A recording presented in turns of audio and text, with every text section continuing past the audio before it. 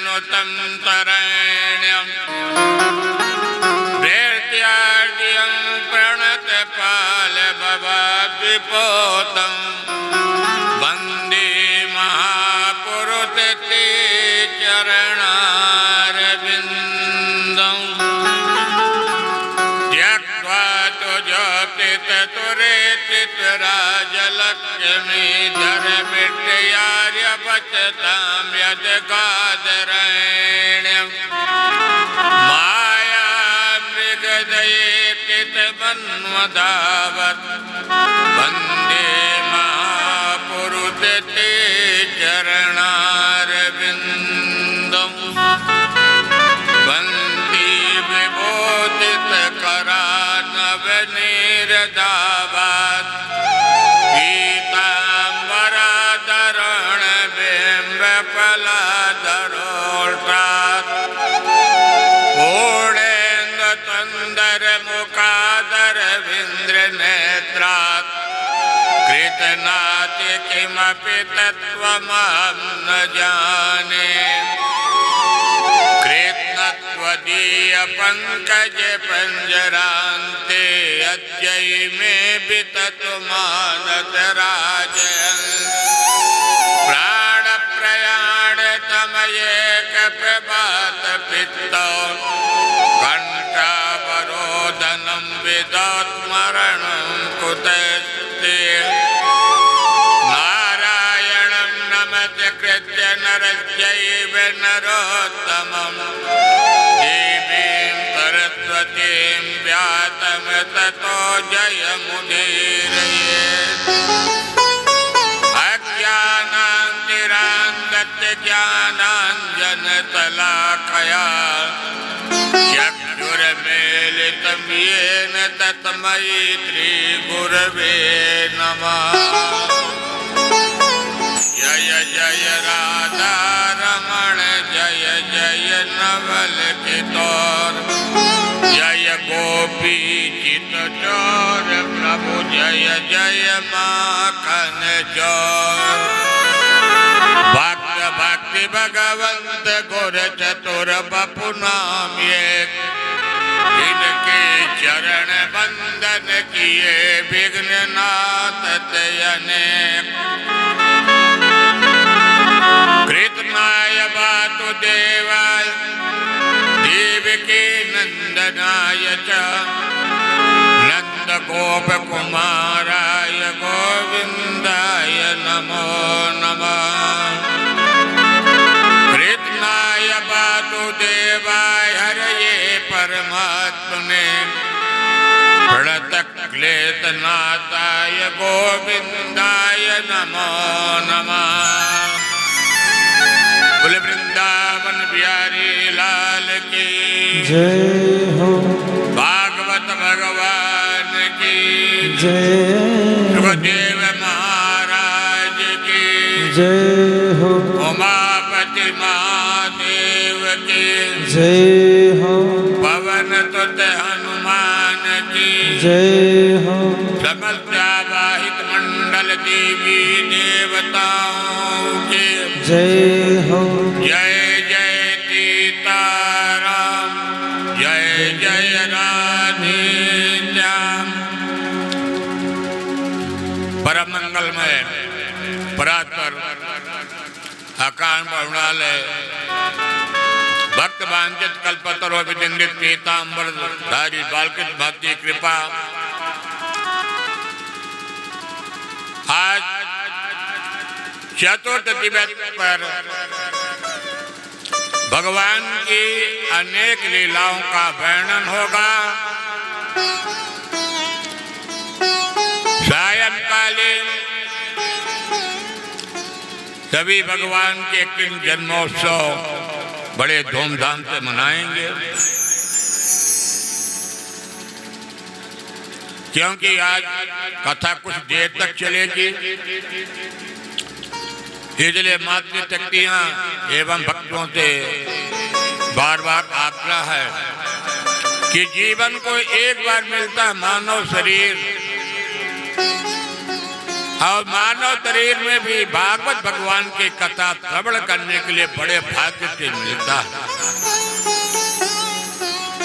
यह गृहस्थाश्रम में जीवन भर कार्य ही कार्य रहता है। यदि आपके भगवान की कथा से एक बार विमुख हो जाते हैं तो जीवन यह मौका आप पर मिलने को नहीं है। आइए हम सभी अपने मन वाणी को पवित्र करने के लिए भगवान नाम कीर्तन करेंगे। इसके बाद बढ़िया भगवान की आज अनेक दिव्य मई लीलाओं को श्रवण करेंगे।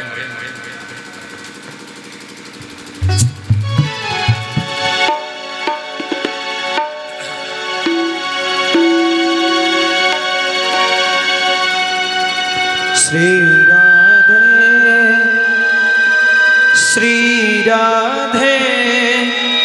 श्री राधे जय श्री राधे श्री राधे श्री राधे श्री राधे जय श्री राधे श्री राधे श्री राधे श्री राधे जय श्री राधे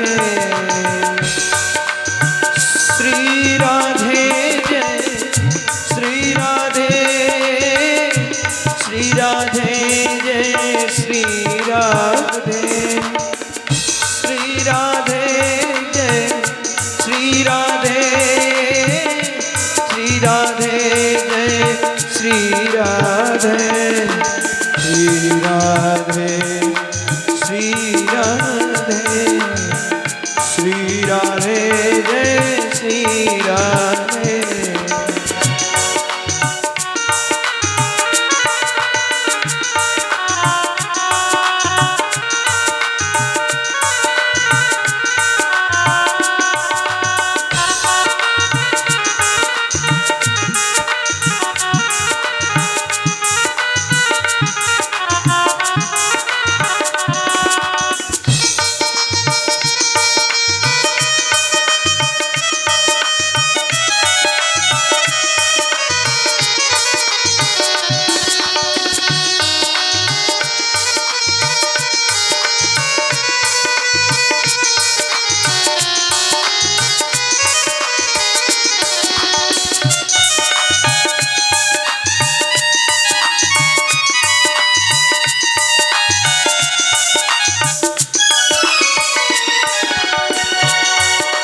सबके मन में राधे राधे सबके मन में राधे राधे सबके तन में राधे राधे सबके मन में राधे राधे जीवन में राधे राधे जीवन में राधे राधे जीवन में राधे राधे जीवन में राधे श्री राधे श्री राधे श्री राधे श्री राधे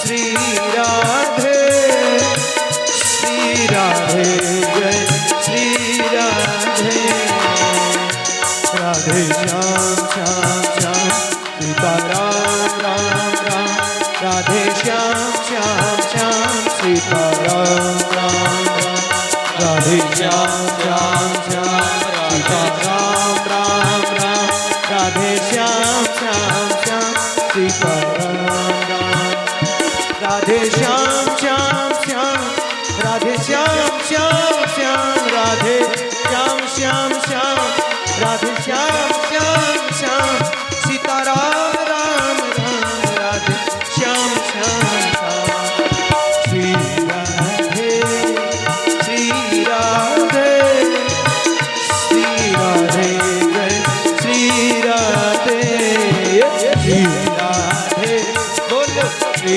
राधे जय श्री राधे श्री राधे जय श्री राधे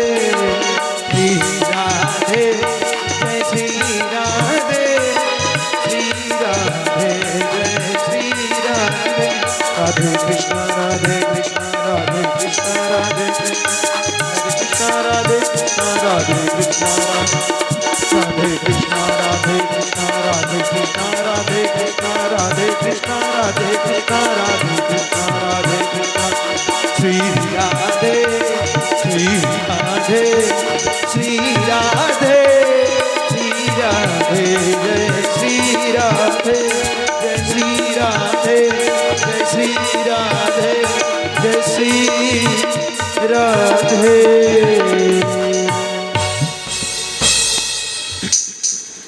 समप्रिया त्रैद ब्रह्मण भूतानां भगवान त्वयं नित्याते कथम दैत्यानववति तवितमयता।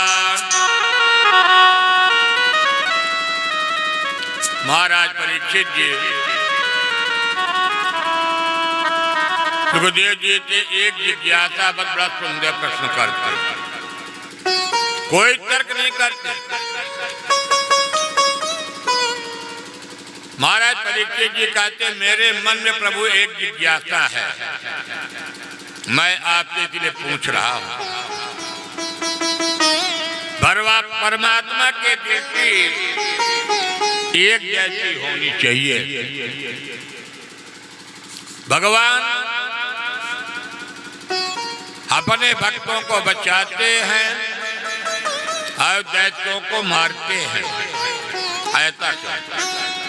ये महाराज परीक्षित जी का प्रश्न था। सुखदेव जी बड़ा ही सुंदर उत्तर दिया। राजन परीक्षित, भगवान न किसी को मारते हैं न भगवान किसी को बचाते हैं। भगवान के नेत्रों में तभी बराबर हुआ करते हैं।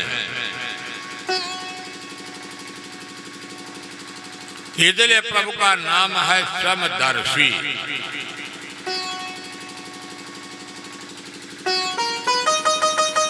अंतर सिर्फ इतना है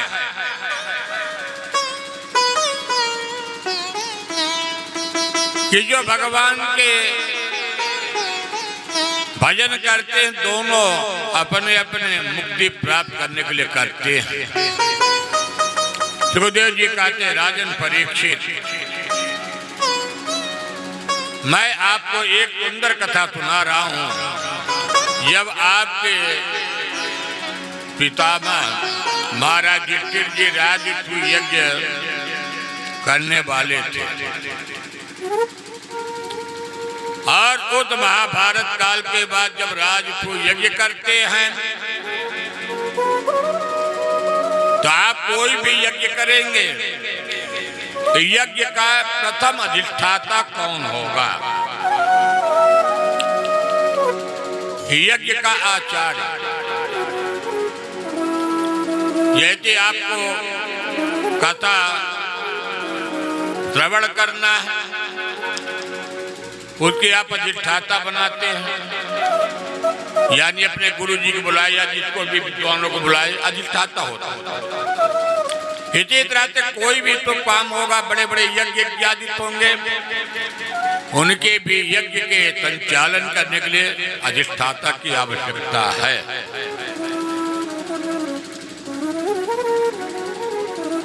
प्रथम पूजा किसकी होनी चाहिए? सभी लोगों ने एक मत ये कह देते, जहाँ पर कन्हैया है, द्वारिकाधीश है, परम ब्रह्म परमात्मा है, उनको छोड़ करके दूसरे किसकी पूजा किया जाए? सभी लोग ने एक सहमत राय कर देते हैं, जितने ऋत मुनि सभी बैठे थे। पर उस सभा में एक व्यक्ति बैठा था। कौन? शिशुपाल। शिशुपाल की दुश्मनी भगवान से 3 जन्मों से चल रही है।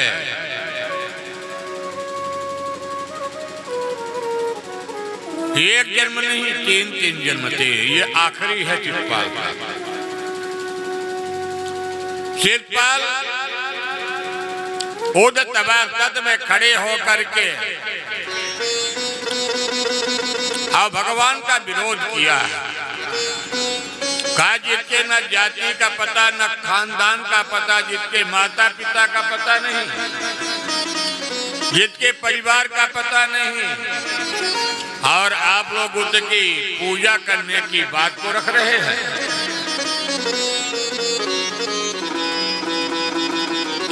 अबू तो तबा में बैठे हुए धर्मराज युधिष्ठिर, अर्जुन जो भगवान के सखा गांडीवधारी, अर्जुन अपने सभा में खड़े हो जाते हैं गांडीवधारी लेके। भगवान ने बैठा दिया, भगवान सबको शांति कर देते कि भाई आप लोग क्यों परेशान हैं, शिषपाल गाली तो मुझे दे रहा है। और भगवान ने धीरे से अर्जुन को इशारा करके कहा कि अर्जुन, ये तुम्हारे हाथों से नहीं मरने वाला शिषपाल, शिषपाल की मृत्यु मेरे हाथों से है। आप लोग शांति हो जाइए, क्योंकि गाली मुझे दे रहा, मेरे रिश्तेदारी में आता, मेरे मौसी का लड़का आता है, इसलिए मुझे गाली दे रहा। क्योंकि शिषपाल भगवान को 99 गाली दिया, भगवान एक एक गाली के उसके हिसाब करते चले गए। जब 99 पूरा हो गया तो भगवान ने सावधान किया, शिषपाल सावधान। शिषपाल नहीं रुका, 100 गाली पूरी हो गई तो भगवान ने अपने सुदर्शन चक्र को आदेशित किया, शिषपाल के गले को कट गया।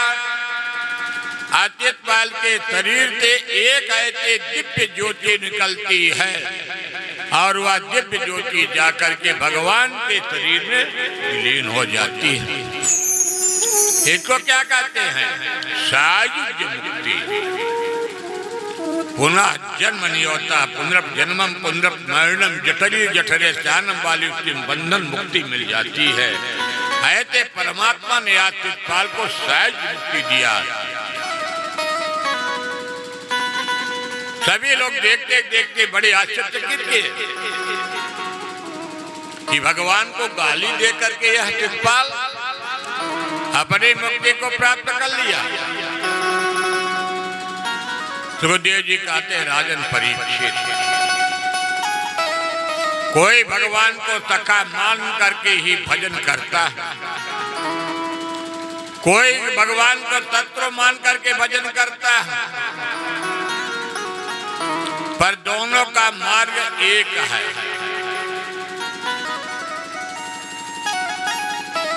इसी प्रकार से शिषपाल में भगवान आयु सबसे श्रेष्ठ मुक्ति देते हैं। क्यों? सुखदेव जी कहते हैं, राजन परीक्षित, शिषपाल कंस का मित्र है। आज शिषपाल को इसीलिए कंस ने भेजा था। तो शिषपाल तो भजन कर नहीं सकता था, दैत्य है, आतुरी स्वभाव का है। आज अपने आतुरी स्वभाव के ही भगवान के सायुज्य मुक्ति को प्राप्त किया। सुखदेव जी राजन परीक्षित को बताते हैं, परीक्षित जी, यदि कोई सबसे ज्यादा भजन करता है तो भजन कौन करता? दैत्य लोग करते हैं।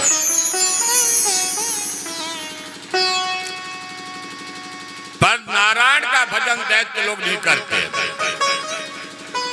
दैत्य लोग सिर्फ 2 लोगों के ही भजन करते हैं, ब्रह्मा जी का और भगवान नारायण का भजन करते, भगवान शिव जी का भजन करते हैं।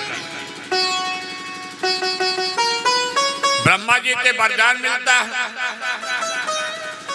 अब भोलेनाथ वरदान देते हैं। आवाज भी देखिए, वर्तमान काल में तो सबसे ज्यादा 2 ही देवता की पूजा होती है, हनुमंतलाल और भोलेनाथ। अब इधर कुछ काल थे 10 साल के आसपास, ज्यादा से ज्यादा। हर घर में ठाकुर जी जरूर हो गए, लड्डू गोपाल हर घर में जरूर हो गए। बहुधा लगभग 80% घर में है लड्डू गोपाल पर्याप्त। सुखदेव जी कहते राजन परीक्षित, आज भगवान ने सहज मुक्ति दिया। सुखदेव जी कहते राजन परीक्षित, भगवान की दुश्मनी एक ने 3 पीढ़ी से हो रही है।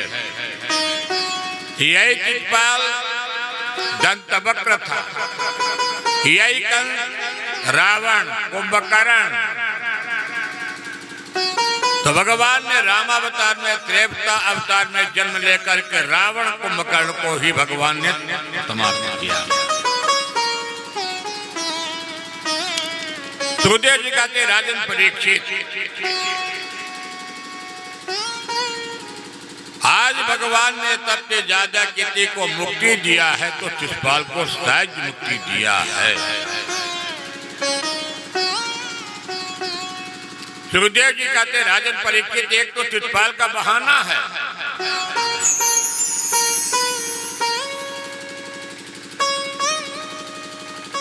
सुखदेव जी राजा परीक्षित को बड़ा सुंदर कथा सुनाई। कहते मुझे एक बीच में बड़ी सुंदर कथा याद आ गई है। परीक्षित जी, एक था हिरण्यकश्यप, एक था हिरण्याक्ष। हिरण्याक्ष का उद्धार तो भगवान 12 रूप में लेकर के किए थे, और एक भाई बचा हिरण्यकश्यप। हिरण्यकश्यप अपने भाई के बदला लेने के लिए मन में प्रतिज्ञा किया था, समय आने पर मैं अपने भाई के उस शत्रु से अवश्य बदला लूंगा जो मेरे भाई को मारे हैं, मृत्यु दिए हैं।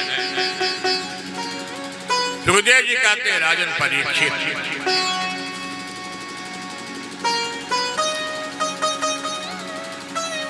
हिरण्यकश्यप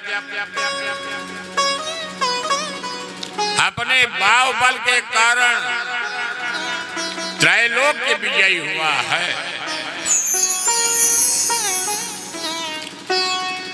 इंद्र के इंद्रासन जाकर के वह कब्जा कर लिया है,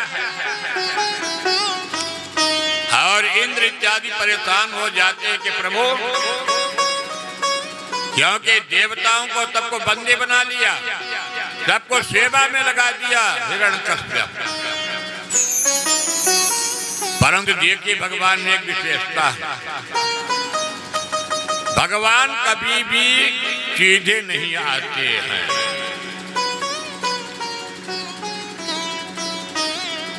क्योंकि भगवान कहीं न कहीं एक माध्यम होता है भगवान का। नोदिग्न चेतो व्यतनोद प्रिया श्रुति श्रुतिर्पेत गुणेत बत्तुकम दातेन्द्रिय प्राण तरीरति सदा प्रतांत कामो रहिता तुरो तुरा। भैया लाइट वाले कहा कि इसको लाइट ठीक कर दो।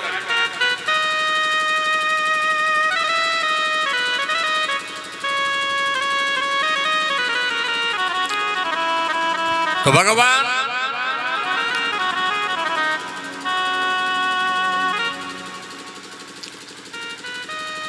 सभी देवताओं को आश्वासन देते हैं कि समय से पहले किसी को दंड नहीं दिया जा सकता है।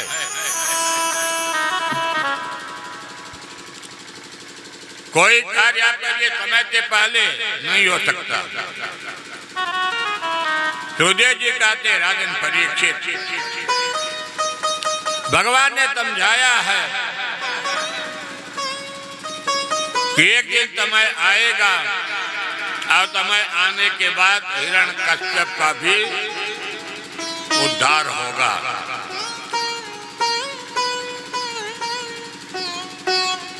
अब जब इधर हिरण्यकश्यप आज तपस्या करने के लिए मंदराचल पर्वत चला गया, वरदान प्राप्त करने के लिए मंदराचल पर्वत चला जाता हिरण्यकश्यप।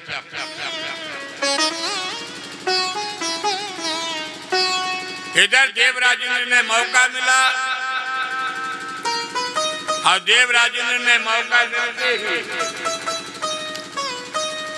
आज हिरण्यकश्यप की पत्नी कयाधु महारानी को कैद करके अपने आश्रम को ले जा रहा है। देवराजेंद्र इस कृत्य को देख करके रास्ते में नारद जी से मुलाकात हो गई। देवर्षि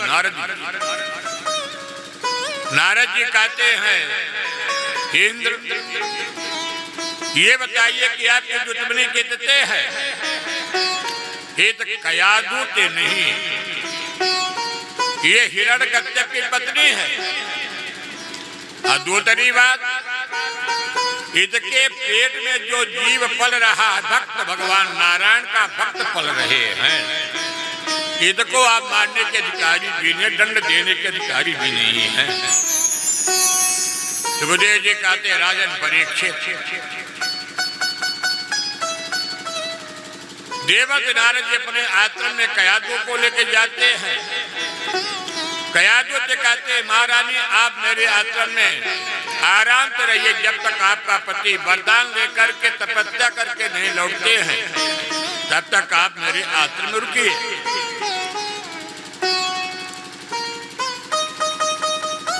और नारद जी क्या करते हैं, जब भ्रमण करके समय मिलता नारद जी को, तो कयाधु महारानी के सामने बैठ करके भगवान के नवधा भक्ति भागवत की कथा सुनाते हैं। भक्त प्रहलाद माध्यम कौन है? माँ कयाधु। पर देखिए, मैं आपको पंचमस्कंद में भी बताया हूँ कि जब यह जीव माँ के गर्भ में आता है और कुछ काल के बाद वह जीव मातृत्व गर्भ में पूर्ण रूपेण से प्रफुल्लित हो जाता, पल जाता है। माता के आचार व्यवहार से, माता के उत्तम आचरण से उस जीव पर प्रभाव पड़ता है। माता के उस जीव को पालने के लिए जो भोजन करती है,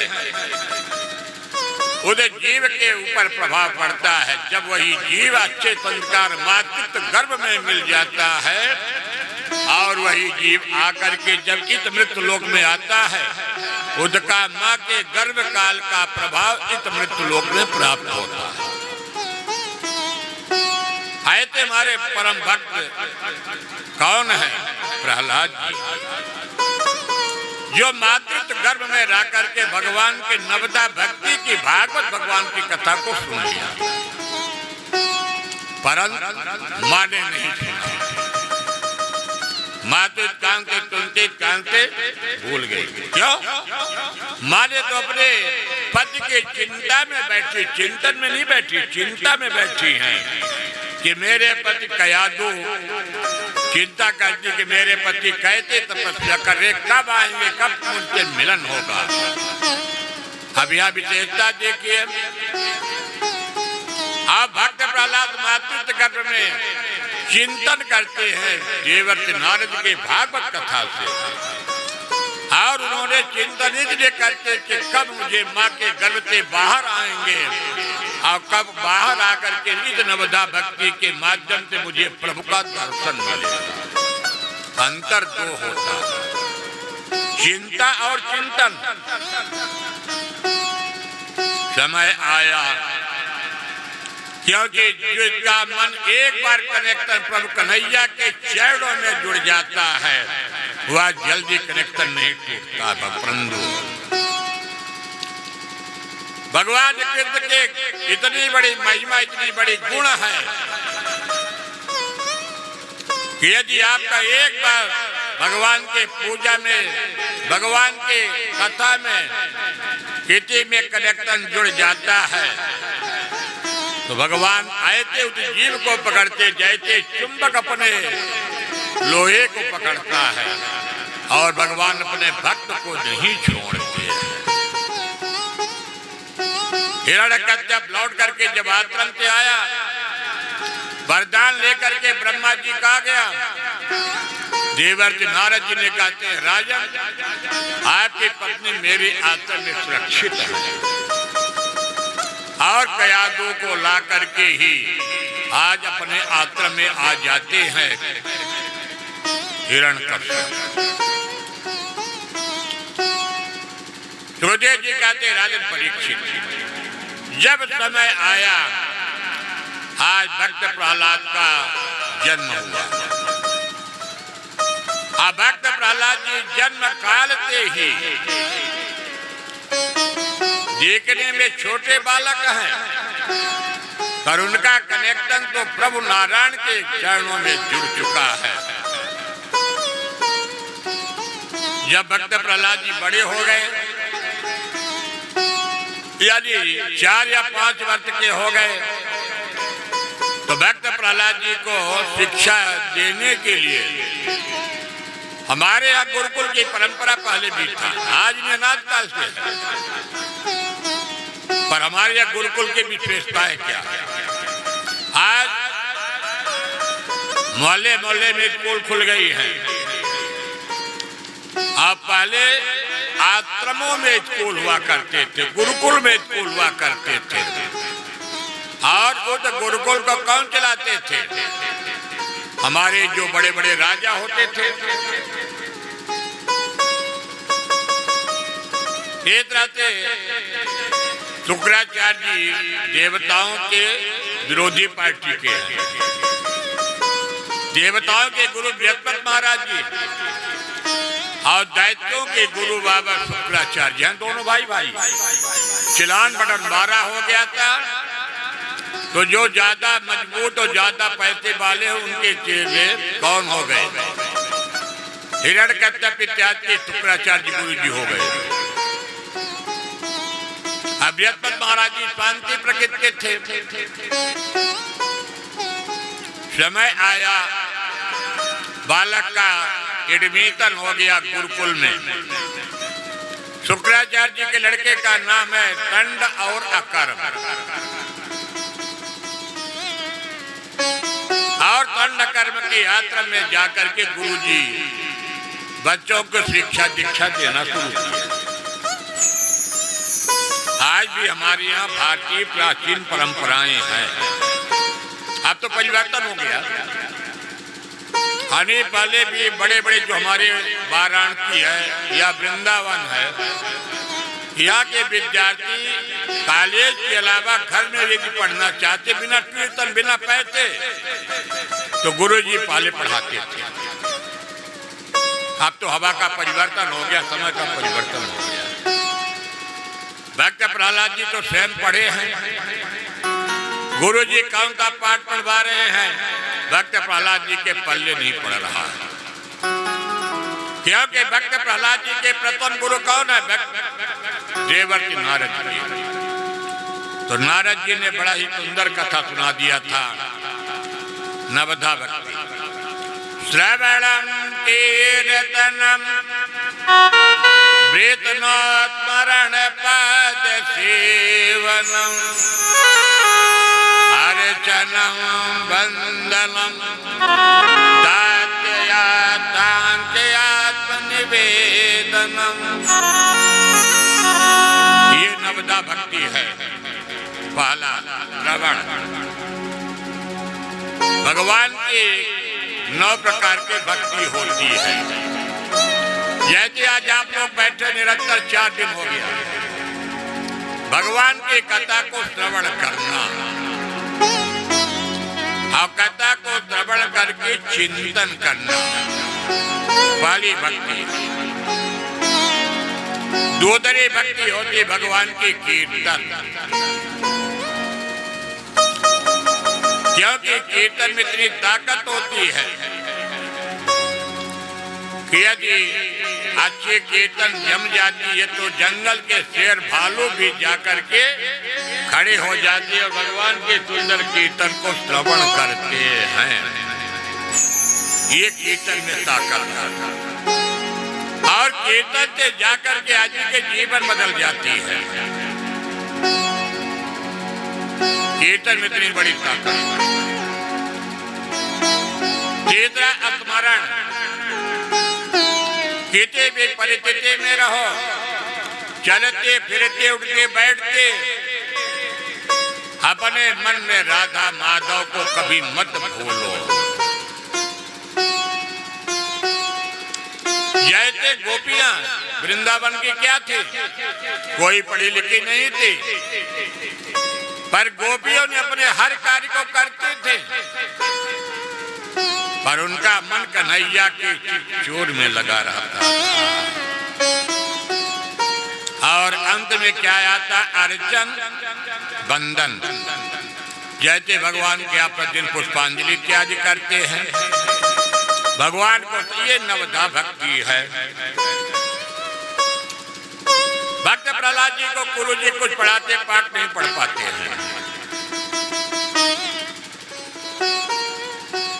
एक दिन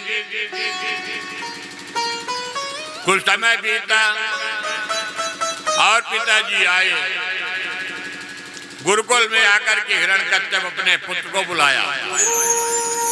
कहे बेटा गुरुजी क्या पाठ पढ़ाए हैं, जरा सा सुना दो। मासिक बैठक होती है, आज 21 तारीख की मासिक बैठक हो रही है अभिभावकों की और विद्यार्थी की। तो भक्त प्रहलाद जी उस मासिक बैठक में बड़ा सुंदर पिताजी को सुना दिया। धराने बोवा पत बोही गोटो नारगीय द्वारी तकात्मताने तद्ये चित्तायां परलोके मार्गे धर्मानु योग गक्तंत जीवयिता। भक्ति दो प्रकार की होती है, अमल भक्ति और मद भक्ति। दो प्रकार की भक्ति होती है। तो मद भक्ति क्या है? जब यह जीव अंतिम पड़ाव में जाता है, 4 लोग अस्पताल घाट में ले जाते हैं, तो 4 बड़ी लोग अच्छाई के, 4 बड़ी बुराई की है। कहे भैया जीव कुछ साथ में नहीं जाता है, जब तक रहे तब तक भगवान के नाम का कीर्तन किया जाए। अभी कल बोलते बात हुई, बड़ा अच्छा आदमी था, आज चल बसा बड़ी हुई। जब तक उसे चित्ता यात्रा होती तब तक बड़ी भक्ति बताते, और जब आए शुद्धिकरण हो गया, नहान धोना हो गया, तो सारी भक्ति राधे राधे बोल लेते हैं। सुखदेव जी कहते राजन परीक्षित, हे प्रकार से इस भक्ति में कोई लाभ नहीं होता है, क्योंकि ब्रह्मा जी कहते देवता है कि ब्रह्मा जी से आप चाहे सहज मुक्ति ले लीजिए चाहे, पर भगवान नारायण से जल्दी कुछ नहीं मिलता। भगवान कहते कि पहले खूब तपस्या करो, क्या चाहिए। एक तरह से भक्त प्रहलाद जी जब ने पिताजी को सुनाया, तो पिताजी ने कहा कि गुरु जी मेरे बुद्धि बच्चे का क्या बिगाड़ दिए हो। और भक्त प्रहलाद जी पहले बता दिए, पिताजी मुझे ये शिक्षा कहाँ से मिली। जब आप मंदराचल पर्वत पर तपस्या करने के लिए चले जाते हैं, मेरी माँ मेरे प्रथम पूज्य गुरु नारद जी के आश्रम में रहती हैं, और मैंने शिक्षा वहां से लिया भगवान की नवदा भक्ति। तो प्रहलाद जी बड़ा सुंदर कहते हैं, गुरती के अंड बधिर कर लेखा, एक न तो नहीं न एक न देखा। क्योंकि जब यह जीव माँ के गर्भ में रहता है, तो सिर्फ उस जीव को जो बाह्य शिक्षा दी जाती तो मातृत्व गर्भ में सिर्फ जीव ही सुन पाता। तो जरा विचार करिए, तो गुरुदेव जी कहते परीक्षित वहां कोई भी नहीं देख पाता, वहां पर जीव और परमात्मा का कनेक्शन जुड़ता है। अब जब नारद जी के द्वारा इस प्रकार से शिक्षा दिया गया, भक्त प्रहलाद जी को बड़ा सचेत कर देते गुरु जी। कहते थे कि मेरे बच्चे की बुद्धि आपने बिगाड़ दिया, जरा तो इसको कंट्रोल में रखिए। जैसे आम के बगीचे में बबूल का पेड़ उत्पन्न हो जाता है, इसी प्रकार मेरे ये तो कुल में कुलांगार या पुत्र पैदा हो गया है।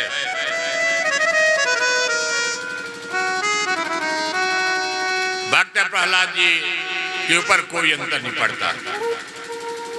कुछ समय बीता, एक दिन भक्त प्रहलाद जी अपने मित्र मंडली को दोपहर बुलाए, कहे देखो एक चीज आओ, तुम लोगों को मैं शिक्षा दूं। आज गुरु जी यात्रा में नहीं थे, कहीं चले गए होंगे। तो भक्त प्रहलाद जी अपने मित्र मंडली को लिए, तो मित्र मंडली बोला कि ये बताओ भैया कि आप ऐसे कौन सी शिक्षा मुझे देंगे। तो भक्त प्रहलाद जी कहते मैं तुम लोगों के उत्तम भगवान के गुणानुवाद की ही शिक्षा दूंगा, इस जीवन को पाकर के जीवन सार्थक होगा।